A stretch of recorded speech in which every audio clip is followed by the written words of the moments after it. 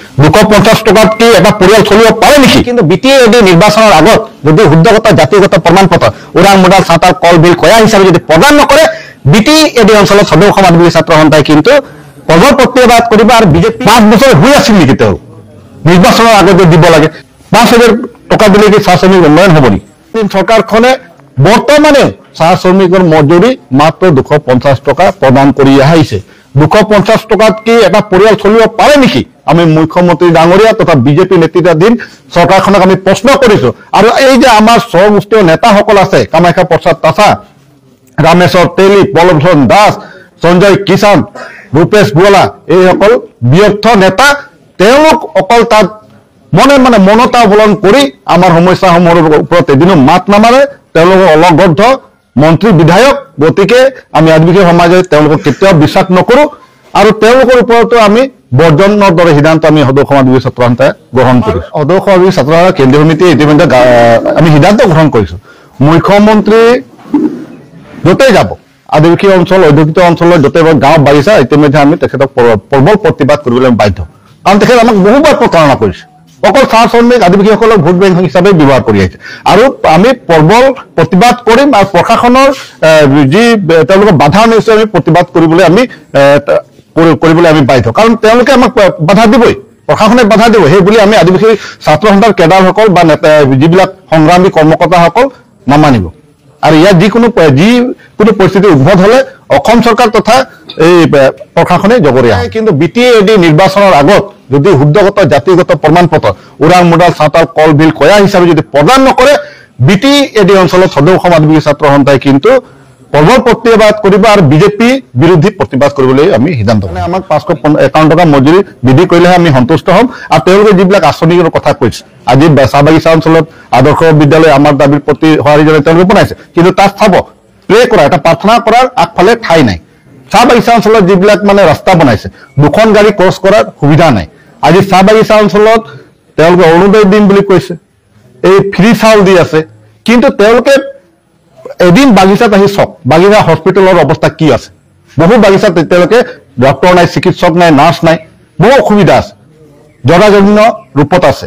আৰু যিবিলাক বাগান বাগানৰ যিবিলাক কোৱাৰ্টাৰ, আমি ইতিমধ্যে বাগান কোৱাৰ্টাৰসমূহ ম্যাদী পট্টা দিবলৈ দাবী জনাইছো, কিন্তু বাগান কোৱাৰ্টাৰত আমাৰ মন্ত্ৰী বিধায়কসকল আহি এদিন কটাই চাওক এই চাহ শ্ৰমিকৰ দুৰৱস্থা, হাড়ে হিমুৰিয়ে কাম কৰা চাহ শ্ৰমিকৰ দুৰৱস্থা কেনেকুৱা।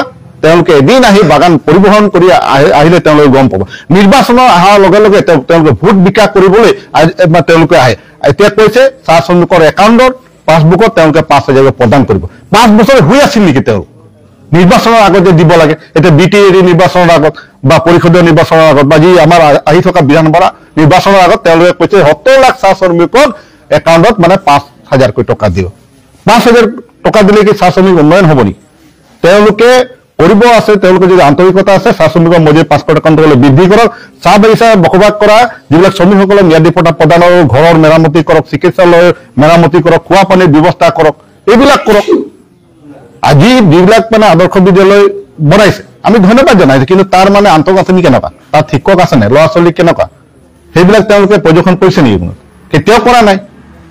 তেওঁলোকে এই মানুহখিনিক সদায় প্ৰতাৰণা কৰি আহিছে। সেইকাৰণে আমি সদৌ সমাজ আদিবাসী ছাত্ৰ সন্থাই বিজেপি চৰকাৰৰ বিৰুদ্ধে আমি বিদ্ৰোহ ঘোষণা কৰিছো আৰু আমাৰ প্ৰতিবাদ তীব্ৰতৰ হ'ব আৰু এই প্ৰতিবাদ আমি অব্যাহত কৰিম।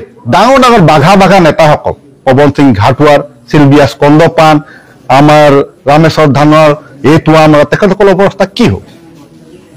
অহাটো দিনত তেওঁলোকৰ অৱস্থা এনেকুৱা হ'ব। কাৰণ আমাৰ জনগোষ্ঠীটোত তেওঁলোকে আমাৰ কামাখ্যা প্ৰসাদ হওক, পল্লৱলোচন দাস হওক, ৰামেশ্বৰ তেলী হওক, সঞ্জয় কিষাণ, ৰূপেশ গোৱালা, ৰূপজ্যোতি কুৰ্মী আদি কৰি যিবিলাক বিধায়কসকল আছে তেওঁলোকো আমাৰ জনগোষ্ঠীটোক প্ৰতাৰণা কৰিছে। কাৰণ তেওঁলোকে যদি মৌনতা অৱলম্বন নকৰি প্ৰতিবাদ সাব্যস্ত কৰিলে হয় আমাৰ এই জনগোষ্ঠীটোৰ সমস্যাসমূহ খাটাং সমাধান হ'ল। সেইকাৰণে তেওঁলোকক সকীয়াই দিছো। আৰু তেওঁলোকে মনত ৰখা ভাল, আপোনালোকে ভাবিছে নেকি এদিন আপোনালোকৰো অৱস্থা সেইসকল নেতাৰ দৰেই হ'ব? সেইটো কিন্তু খাটাং।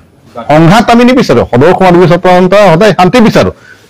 তেওঁলোকৰ মুখৰ পৰা আজি সংঘাতৰ কথা হয়, তেওঁলোকে এই ৰাজনৈতিক চিন্তাধাৰা শুনাই আমাৰ মাজত তেওঁলোকে সংঘাত কৰাব বিচাৰিছে। গতিকে বিৰত থাকক, আমি সংঘাত নিবিচাৰো। আৰু আপোনালোকে যদি সংঘাত কৰিব বিচাৰে আপোনালোকৰ লগতে আমি সংঘাত কৰিম।